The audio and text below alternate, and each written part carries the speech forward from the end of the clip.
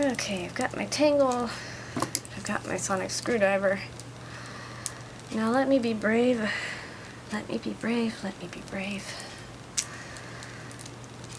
Gotta tell my brain, shut up, shut up, shut it up. Now why am I doing Clara-isms and 12-isms? Because I got some very upsetting news.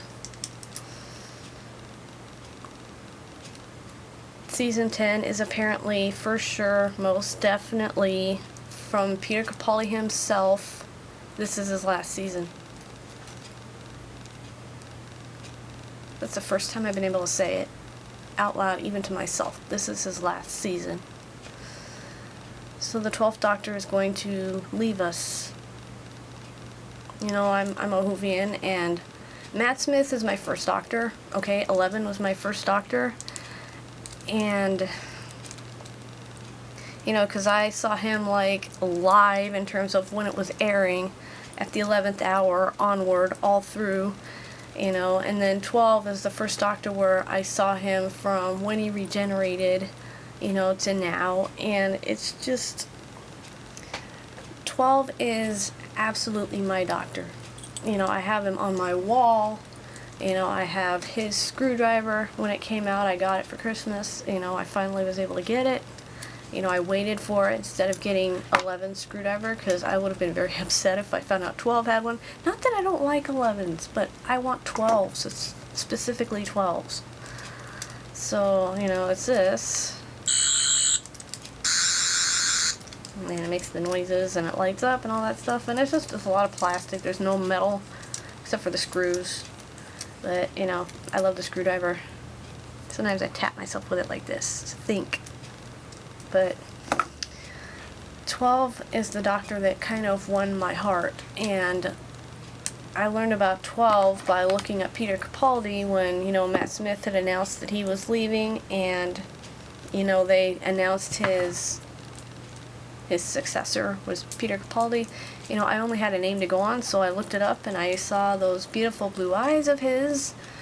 And then, you know, I looked him up on YouTube to hear him talk, and I heard that lovely Scottish accent. And, oh, I have a weakness for Scottish accents, oh my god. You know, other people like the French accent. I'm like, oh, stop, talk Scottish to me. Even somebody with a thick accent, or I may not understand what they're saying because it's so, their brogue is so thick. Is that the right way to say it? Brogue? Brogue? I guess brogue. You know, and, you know, he's got the brogue and he's got the burr. You know, you hear the burr when he says Clara, because he doesn't say Clara, he says Clara, Clara, Clara. It almost sounds like a D. You know, Clara, Clara, Clara, Clara, Clara, Clara. You know, I love the burr. I love his accent. It's so cute. He's from Glasgow, and, you know, you can tell. But, you know, I've learned what a humanitarian he is, and I saw him marching, you know, I saw pictures of him marching in London in the Women's March. You know, he's very much for women's rights, and he's very humble, he's very introverted, very shy, very sweet. I mean, he is so geeky and awkward as a person. I just adore that he is so geeky and awkward, and he makes it work. You know, even when he's goofing up, he's just so cute and so sweet. But he's a silver fox, too. I mean, he pulls off the cute and he pulls off the sexy real easy. I mean, yeah. You know, sexy Doctor. So, you know, I kind of have a crush on him a little bit, but just, you know, the fact that I know what a good person he is, and to see his Doctor just come out of Matt Smith and just be like, who am I, you know, and what am I doing? It seems like his identity was wrapped around protecting Clara, and then when he couldn't anymore, it's like he lost it again. He had to figure out who he is. You know, that's what I think the whole Heaven Sent episode is him finding himself again after that loss. Because when you lose somebody, it's kind of, if they're integral to your life, it's kind of losing part of your identity, and you have to figure out who you are without them. Because you know who you are when you're with them, and then you have to figure out who you are without them. And the Doctor actually showed me how to do that myself, because I've had some losses where I've been able to just kind of get through them, but I'm still not, like, I still haven't figured out where I am in my life without them. And, you know, like my grandma, you know, I kind of learn to deal with the pain, and when I lost my dog, you know, that was really hard because that was unexpected. You know, when I saw the doctor watching Clara face the raven, I knew exactly what he was feeling because I have been there myself. And that's the most helpless feeling in the world, is to see somebody meet their fate and know you can't do anything to stop it. And you can just stand there and watch and just be there, and that's all you can do. That's the most helpless thing in the world. And 12 got me through that and helped me be able to process that, you know, with the episode of Heaven Sent. And, you know, the idea that I'm going to turn on Doctor Who next year and it may not be him. You know, I don't know when he's going to go, which episode. It's probably going to be at the end of the season, but I don't know if it's going to be Christmas or before it, but I just know that that time is coming now, and it's hard to think about it because, you know, 12 is my doctor, you know, like I said, figuring out his identity and wrapping himself around Clara and then having to figure out who he is without her.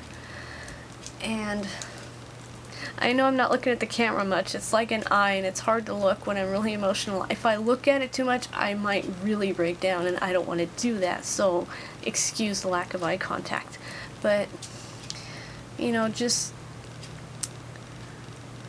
I don't know how to give it words, really, but, you know, I really identify with this doctor. You know, I headcanon the doctor, the whole doctor as a person is autistic, and just the traits, they kind of show up differently depending on the regeneration, because every autistic individual is different. So physically he becomes a different person every time he regenerates, so his brain kind of rearranges just enough that the traits get different. And this is the doctor where the way I portray him is very, very similar to how I experience the world, you know, except like he doesn't feel his hunger and thirst signals, but I do. And, you know, he's got more texture issues with food than I do and stuff like that.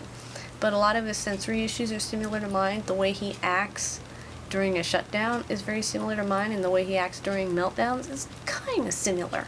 I kind of took two types of meltdowns that I have and I mixed them into one for him. You know, he has the explosive, angry, yelling, screaming part, and then he breaks down and cries, and then he's fine. You know, that's how I write 12's, you know, meltdowns. And, you know, but he's kind of somebody that kind of tries to pass as neurotypical, but it doesn't work. And he's just so, like, kooky and goofy and cute and funny and handsome and just so many things wrapped into one. And he's kind of like Piccolo to me from Dragon Ball Z. I'll have to do a Piccolo vlog sometime. But the Doctor has really, just in these few years, has really shown me a lot of who I am and who I can be.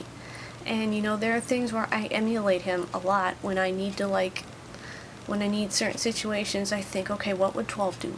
And it helps me sometimes to just kind of try to get really cold and logical like he gets sometimes. And, yeah. So to know that he's leaving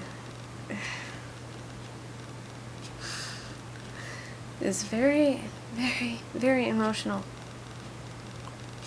And it's hard, and I'm really going to miss him being on Doctor Who. But, you know, I know that I could just turn on, you know, just turn on my old episodes, because I have a bunch of them on my computer. You know, don't tell. Well, too late, but, you know, I have some, because I make music videos out of them. And,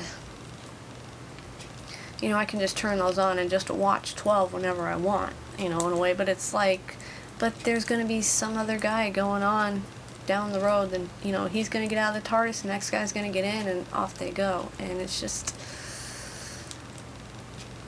it's the unknown of who it's going to be that's going to be next. You know, am I going to like them? It's kind of the same thing I get when, like, an important person in my life leaves, like when my previous choir director Pearl left, and then we got John.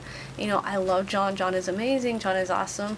And, you know, eventually he's going to move on, and that's going to be hard on me too. But, you know, I can still, like, talk to him on, like, Facebook and stuff. So, you know, it's not like he's going to be, like, completely gone, disappeared forever, never again. I think he's going to be around my church for a while. But, you know, he thinks in a similar way that I do, so we jive. And I just feel like me and Peter Capaldi would just get along in the same way. Because he seems to kind of think in similar ways to me.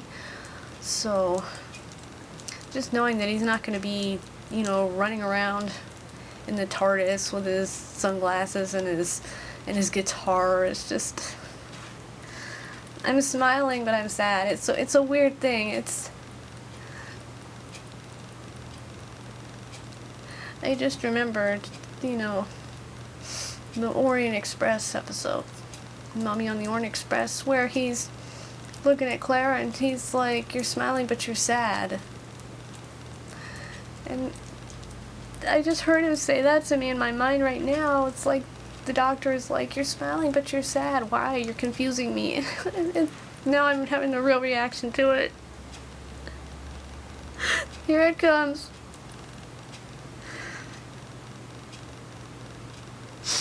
Stop it, stop it, stop it, stop it, stop it, stop it, stop it.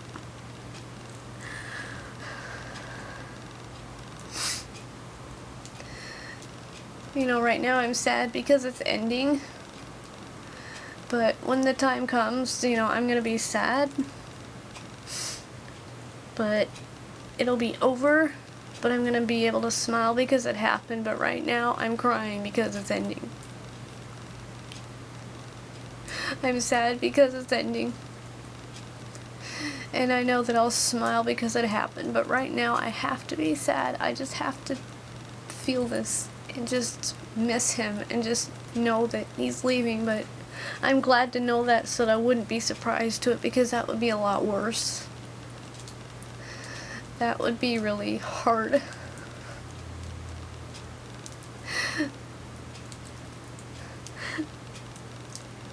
But he's leaving and I'm really gonna miss him.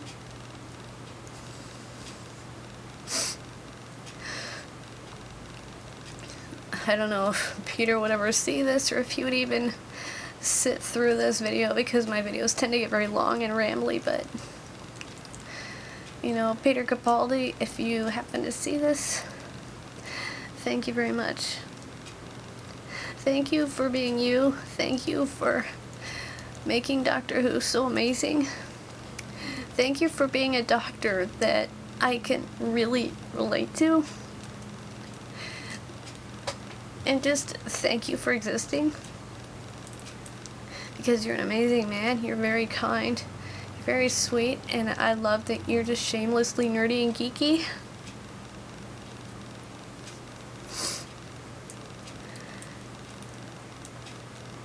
And I wish I could meet you in person, and who knows, maybe someday I will, but if not, I just want you to know that your doctor means the world to me, and you will always be my doctor. And I really appreciate all the work you put into Doctor Who, because you rocked. You totally rocked. I'm sorry that I'm crying. It's just really emotional. I'm gonna turn this off and then I'm just gonna have it out, because I'm trying to control myself on camera because I don't like how my voice sounds when I'm crying. So I'm holding it in, but I'm gonna let it go when I turn this off. So thank you, Peter. Thank you for 12. Thank you for giving me something to look forward to. Thank you for you and Jenna, you and Clara, 12 and Clara. Thank you both. You know, Clara helped me face my biggest fear, and you have helped me process them.